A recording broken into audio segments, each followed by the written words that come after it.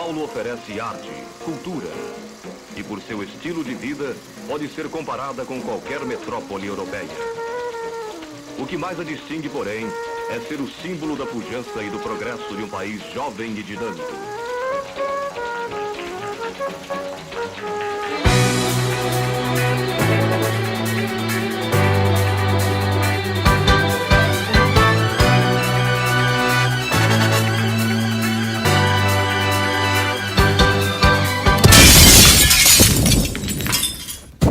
Uma tragédia anunciada. Uma tragédia que poderia ter sido evitada. Mas parece que não adiantou. Tudo se repetiu. E pior do que da última vez.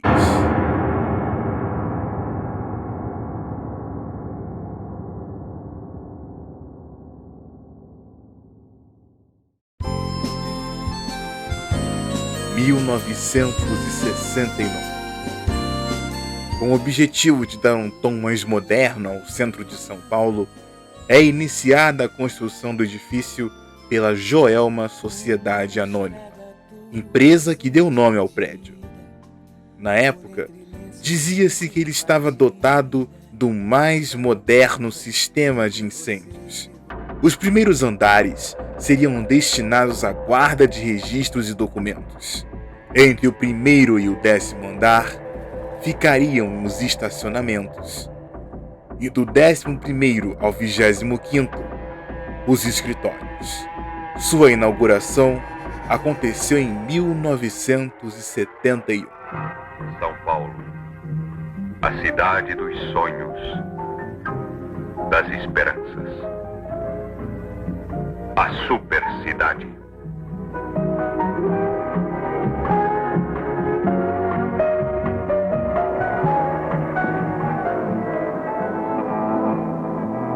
Fugindo dos buracos do aleatório com pernas de ladrão, as penas de um anjo e a voz do diabo, a Rádio Cultura apresenta para você Pop Stars, um programa sobre música pop internacional. Antes de entrarmos a fundo na história do incêndio no Joelma, vamos ver como aconteceu o incêndio no edifício Andraus. O prédio, inaugurado em 1962, sofreu um grave incêndio em 24 de fevereiro de 1972, oriundo de uma sobrecarga no sistema elétrico. A cidade vivia seu ritmo normal de trabalho no dia 24 de fevereiro, quando às 4 horas da tarde surgem os primeiros alarmes. Incêndio no prédio das lojas Pirani. Em poucos minutos, as chamas envolvem todo o prédio de 28 andares. Na Avenida São João, milhares de pessoas acompanham horrorizadas o drama das vítimas, enquanto os técnicos da Light providenciam o corte da eletricidade em toda a área afetada pelo sinistro. Apesar do tamanho do sinistro e das vítimas fatais, o prédio tinha escadas de segurança e sua cobertura suportava o peso do helicóptero dos bombeiros. Muitos foram resgatados no último andar. A região onde ficava o prédio passou horas sem energia elétrica. Cenas dolorosas são presenciadas durante a tragédia. Gente ficando traumatizada pelas cenas dantescas que assistem. Porém, nada seria mais tétrico como o que aconteceria a seguir. Nada parece deter a fúria das chamas.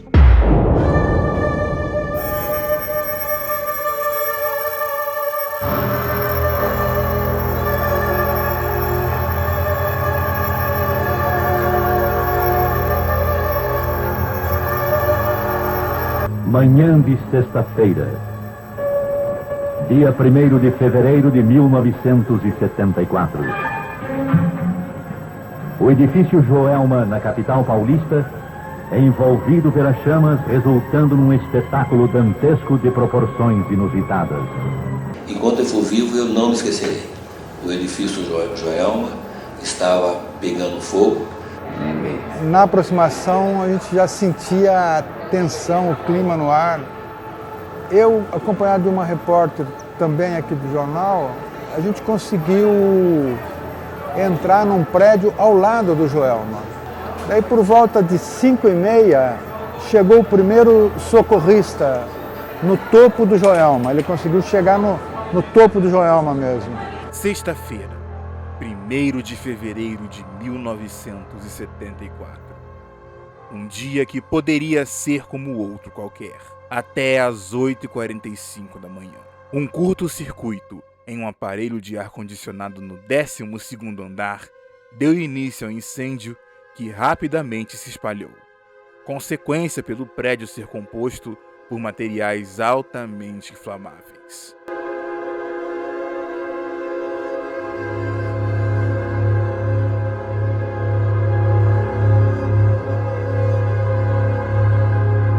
Quinze minutos após o começo do incêndio, era praticamente impossível descer as escadas, pois a fumaça e o fogo já tinham tomado conta do local.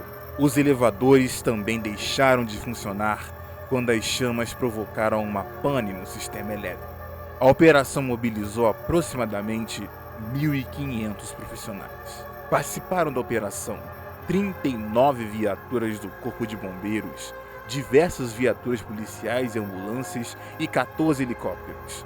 A corporação foi acionada por volta das 8h55 e às 9h10 as primeiras viaturas já chegavam ao edifício. Por volta de 9h10 da manhã, 4 pessoas já tinham se jogado do prédio. Cena dolorosa. In extremis a quem saltou tentando a salvação e por não querer morrer, encontrou a morte pior. Paz à alma desta vítima, e a piedade de Deus deve ter acolhido na sua paz infinita.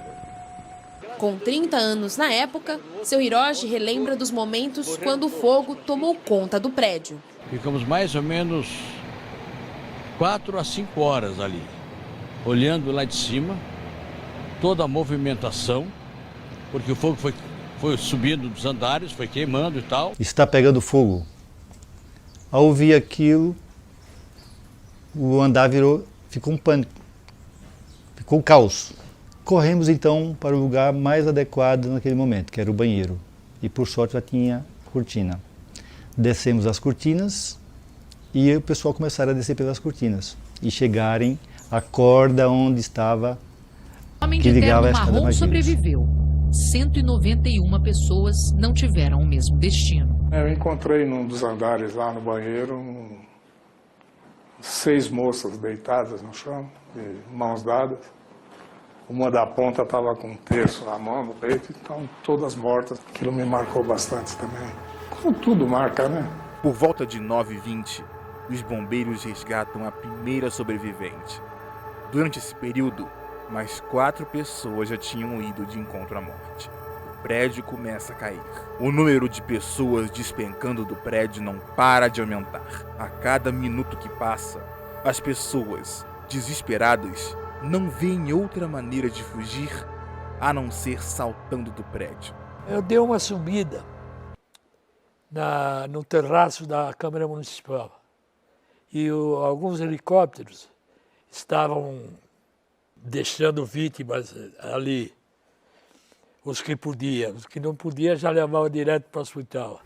Quando eu percebi que, mais do que pular, eles estavam caindo, a maior parte, porque o prédio não tinha terraço, esse negócio do prédio era as telhas. Um lance de extrema brutalidade e que eu lutei tanto para botar no ar, premiei o cinegrafista e recebi a visita de uma moça que queria saber por que eu tinha feito aquilo, porque o filho dela, de 9 anos de idade, tinha tido uma síncope diante da televisão, no momento em que eu me vangloriava de dar uma notícia daquela. Isso foi uma das coisas que muito me emocionaram ao longo da minha carreira, porque eu senti o meu perfil ético profundamente apunhalado pela insensibilidade que às vezes acomete um jornalista. Por volta das 10 horas, chegam helicópteros particulares do governo de São Paulo e da Força Aérea Brasileira. Até o presente momento, cerca de 80 pessoas foram salvas e estimava-se que 30 já tinham se jogado. São 14 horas Os bombeiros são informados que não há mais nenhum sobrevivente no prédio. 17 corpos são retirados do 12º andar e outros 9 são encontrados no 15º. Eles chegam ao topo do edifício por volta de 3h45, onde encontram muitos corpos carbonizados. A limpeza da área começou a ser feita por volta das 17 horas. Uma das marcas da tragédia são as famosas 13 almas do Joelma. Estão enterradas ali 13 pessoas que morreram carbonizadas. Elas tentaram escapar pelo elevador, mas não conseguiram.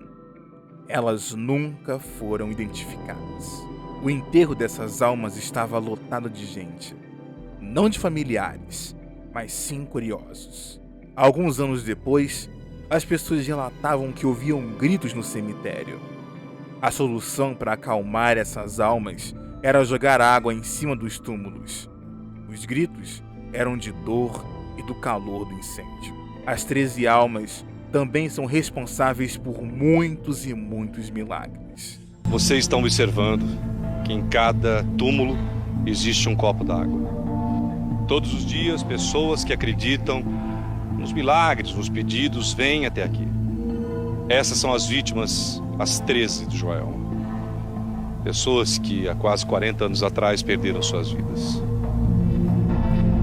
Muita gente pede de troca de carro, que perdeu o carro, pede que foi roubada. Pessoas acham o carro inteiro sem mexer em nada. São pedidos de casa própria que as pessoas conseguem. Então o pessoal vem e joga água sobre as campas todinha. Me ligaram falando sobre essa história. Eu falei, mas vocês vão fazer uma história que foi psicografada? Mas quem autorizou? A mãe autorizou? Eu falei, não, nós temos uma autorização da própria. Eu falei, como assim? Nós temos uma psicografia dela nos autorizando a fazer. Eu falei, eu gostaria de ver essa psicografia. E eu li a psicografia. E ela dizia uma coisa que foi o que me convenceu a fazer o filme. Ela dizia que se as pessoas envolvidas no filme fizessem o filme com uma bandeira de fé a todas as pessoas que encaram a morte como um fim e começam a partir daí a descobrir que a morte não é um fim, que é simplesmente uma passagem, que não só ela daria autorização, como ela estaria ajudando a todo o processo. O sinistro ainda gerou um filme chamado Joelma 23º Andar, que conta a história de uma das vítimas a partir da visão do espiritismo. A tragédia também foi palco de várias e várias reportagens e documentários, como esse. O Joelma foi reinaugurado em 1978, rebatizado como Edifício Praça da Bandeira. 50 anos se passaram e muitos sentem uma energia estranha e pesada vinda daquele lugar. Daqui a pouco o fogo começou a se alastrando de andar em andar, e quando um fogo forte estava passando pelo nosso andar, aí resolvemos ir para o banheiro que tinha do lado esquerdo. E nisso entraram 2 pessoas mais também. No total nós estamos em 7. Apesar da reforma contando com um novo sistema de segurança, nada vai apagar aquele triste 1º de fevereiro de 1974. 50 anos atrás. 50 anos de uma tragédia que ficou marcada na memória e no subconsciente de cada um que presenciou. Uma imagem que apunhala o olhar curioso de uma cidade amedrontada. O espectro do prédio sinistrado vale como uma advertência, esperando providências para que nunca mais fatos iguais possam ser repetidos. E para que São Paulo não torne a chorar mortos, nem lamentar feridos em outras tragédias do fogo, que seja lembrado o lema prático adotado pelo Corpo de Bombeiros. O incêndio existe onde a prevenção falha.